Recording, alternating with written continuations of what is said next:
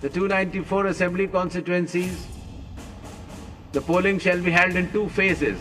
In the first phase 152 and the second phase 142.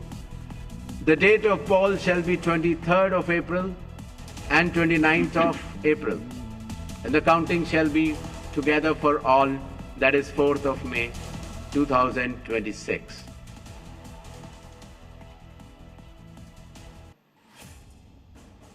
There will be 8 by-elections also, that is Goa, Gujarat, Karnataka, Maharashtra, Nagaland and Tripura. The name of the constituencies are mentioned here and the reasons which will be circulated to you.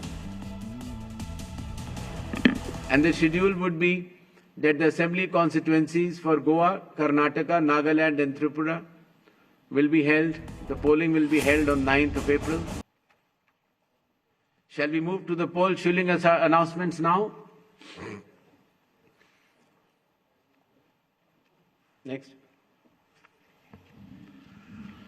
All 126 assembly constituencies for Assam, the polling shall be just in one phase and the polling shall take place on 9th of April, Thursday, 2026.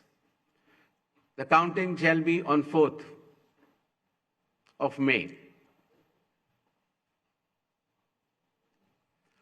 All 140 assembly constituencies of Kerala shall also go for polling on 9th April, that is Thursday, and counting shall be on the same day, that is 4th May 2026. Puducherry also will go along with Assam and Kerala. The date of poll is 9th April and the counting will be 4th of May.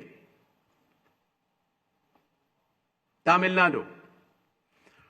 Tamil Nadu, all 234 assembly constituencies will go for poll on 23rd of April in one phase and the counting shall be on the same day for all the 5 states/UT, that is 4th of May 2026.